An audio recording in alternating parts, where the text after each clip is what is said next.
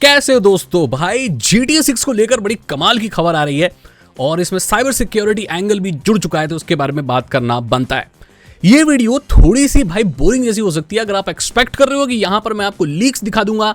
ऐसा बिल्कुल नहीं होने वाला है। मैं किसी भी गैर कानूनी चीज को सपोर्ट नहीं करता। पायरेसी, लीक्स, इनको ना मैं सपोर्ट करता हूं, ना मैं अपने चैनल पर दिखाने वाला हूं, फॉर ऑब्वियस रीजंस। ये गैर कानूनी है और ये जो लीक्स्टर्स हैं जिनका साइबर लीक्स करके बोला जा रहा है, ये पकड़े गए, इनको कोई बचाने वाला नहीं होगा दोस्तों। तो यहाँ पर बात करते हैं कि भाई क्या हमें गेम के बारे में पता चला है, क्योंकि जो चीज घटित हो चुकी है उसके बारे में रिपोर्ट करना without showing any copyrighted material is not illegal. तो हम इसके बारे में बात कर सकते हैं, कमेंट्री कर सकते हैं, न्यूज रिपोर्ट कर सकते हैं। सबसे पहले बात करते हैं कि भाई ये GTA के बारे में क्या पता चला है। देखो, सबसे पहली चीज ये पता चली है कि GTA 6 का जो मैप होगा वो GTA 5 से डबल होने वाला है, यानी कि बहुत बड़ा एरिया यहाँ पर देखने को मिलेगा। और जो GTA में पहले 6 लेवल की वांटेड लेवल जो होते थे, 6 स्टार्स होते थे, वो वापस आ रहे हैं, यानी कि अब बहुत ज्यादा वांटेड लेवल तक आप पहुंच सकते हैं गेम में। यहाँ पर एडवांस्ड पुलिस आईडी भी देखने को मिली, यानी कि पुलिस अब आपको आपके व्हीकल, आपका चेहरा और आपके कपड़े से पहचानती है।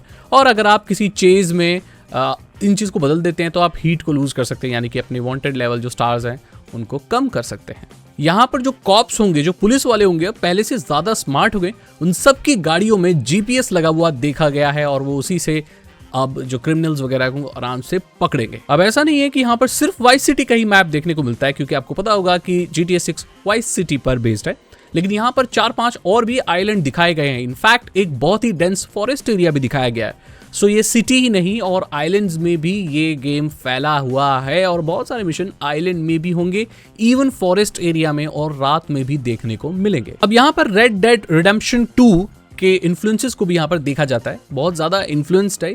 तो यहाँ पर एक मोरालिटी सिस्टम भी है। अगर आप अननेसेसरी NPCs को पीटते हैं, जो कि बहुत लोग मजे के लिए करते हैं, तो वहां पर आपका जो कर्मा है, जो वो है, वो डिस्टर्ब हो जाएगा। एक डेविल हॉर्न देखा गया है। अगर आप NPCs को, जैसे जो मासूम लोग सड़क पर चढ़ रहे होंगे, पिटाई कर दोगे तो वो लेवल आपका बढ़ जाएगा, मतलब आप एक डेविल के रूप में हो जाओगे और वो गेम को अफेक्ट करेगा, यानी कि आपके टोटल पॉइंट्स को अफेक्ट करेगा। सो अननेसेसरी अगर आप पीटते हो तो वहां पर एक आप डेविल ही बनने की कगार पर हो। वो मोरालिटी सिस्टम वहां पर काम करता है। यहाँ पर स्टेमिना भी देखने को मिला है। तो भाई ऐसा नहीं है कि आप अगर हो गेम में कोई मेन कैरेक्टर हो, मारे जा रहे हो भाई, आप थक ही नहीं रहे हो। रियल लाइफ में ऐसा नहीं होता है। सो वहाँ पर स्टेमिना भी दिखाया गया है, जिससे आप कितनी फिस्ट फाइट कर सकते हो, कितना वॉक कर सकते हो, चल सकते हो।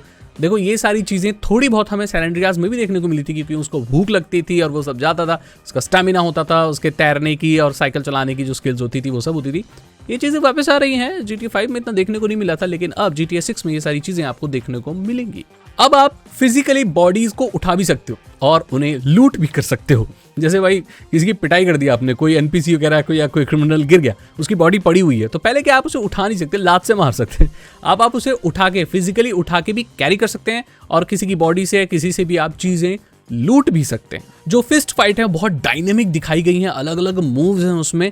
पहले जैसी बोरिंग फिस्ट फाइट नहीं देखने को मिलेगी आपको। जैकिंग की बात करें तो वहां पर कार चुराने के 2 तरीके हैं। पहले क्या था कि भाई खोल के तोड़ के निकाल लेता था वो शीशे। अब 2 तरीके हैं, या तो आप चुपके से डुप्लीकेट की बना के कार को चुरा सकते हो उसको डैमेज किए बिना, या तो आप लाउडली डैमेज करके कार को चुरा सकते हो। तो 2 तरीके से कार चुराना यहाँ पर देखा गया है। यहाँ पर एक हीलिंग दवाई भी देखी गई है। कोई ऐसी चीज देखी गई है कि अगर आप फिस्ट फाइट कर रहे हो तो ज़ॉम्बिक्स नाम की एक दवाई है, जिसे लेकर आप अपनी पावर बढ़ा सकते हो। भाई एक एनर्जी ड्रिंक जैसी कोई चीज है जिसे आप ले सकते हो और फिस्ट फाइट में आपका स्टेमिना थोड़ा और बढ़ जाएगा।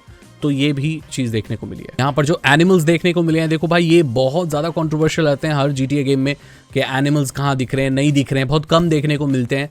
तो AI बेस्ड एनिमल देखने को मिलेंगे आपको GTA 6 में। और ये भी देखने को मिला है कि कुछ बर्ड्स हैं जो आपस में टकरा जाती हैं, किसी ब्रिज से गिर जाती हैं। सो ये डायनेमिक नेचर के जो एनिमल्स हैं जो कि AI पावर्ड हैं, वो भी देखने को आपको मिलेंगे गेम में। अब बात करते हैं कि भाई ये जो लीकस्टर्स हैं ये क्यों कर रहे हैं। ऑन पेपर कथित तौर पर ये लोग इस चीज को प्रोटेस्ट कर रहे हैं, जो ये साइबर लीक्स वगैरह, ये आज नहीं तो कल पकड़ा जाएगा जो भी है। और देख लेना, इसके पीछे कोई 17-18 साल का बच्चा होगा जिसे पुलिस कुछ नहीं कर पाएगी, वो मतलब माइनर होगा, ऐसा चीजें भी हो सकती हैं। इससे पहले भी 2022 में ऐसा हुआ था, 17 साल के एक बच्चे ने भाई फायर स्टिक से किसी से ऐसा कुछ कर दिया था। उसके ऊपर केस वेस चला होगा, जो भी चला, ये तो एक पूरा लीगल बैटल चली।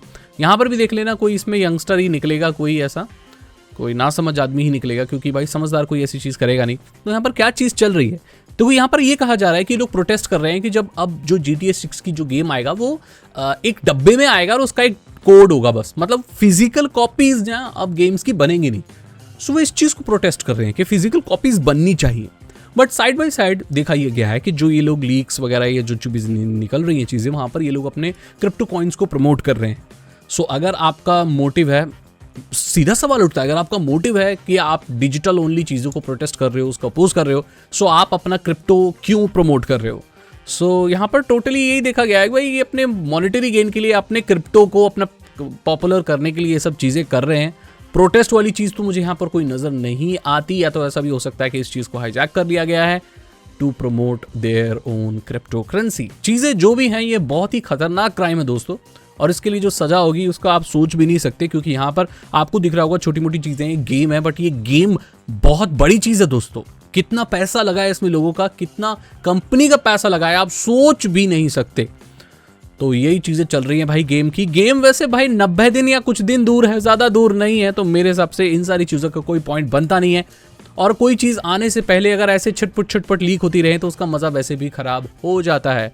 ये लीकस्टर्स तो और धमकी वगैरह भी दे रहे हैं कि एंडिंग वगैरह भी लीक कर देंगे, वो सब कर देंगे। अगर ऐसा करते हैं तो भाई कंपनी को बहुत करोड़ों अरबों रुपए का नुकसान होगा। और अगर कोई इसमें एक नाम सामने आया जिसने ये गेम लीक किया है, तो भाई उसे फिर कोई नहीं बचा सकता। इनफैक्ट गिटहब, माइक्रोसॉफ्ट और एक्सबॉक्स, इन सबसे परमिशन वगैरह कोर्ट में ले ली गई है कि भाई अगर कोई ऐसा पाया जाता है जिसका कोई भी पर्सोना मैच करता हुआ दिखता है साइबरलिंक्स का, तो उसे तुरंत दे दिया जाए, सौंप दिया जाए, ताकि लॉ सूट में उसका इस्तेमाल किया जा सके।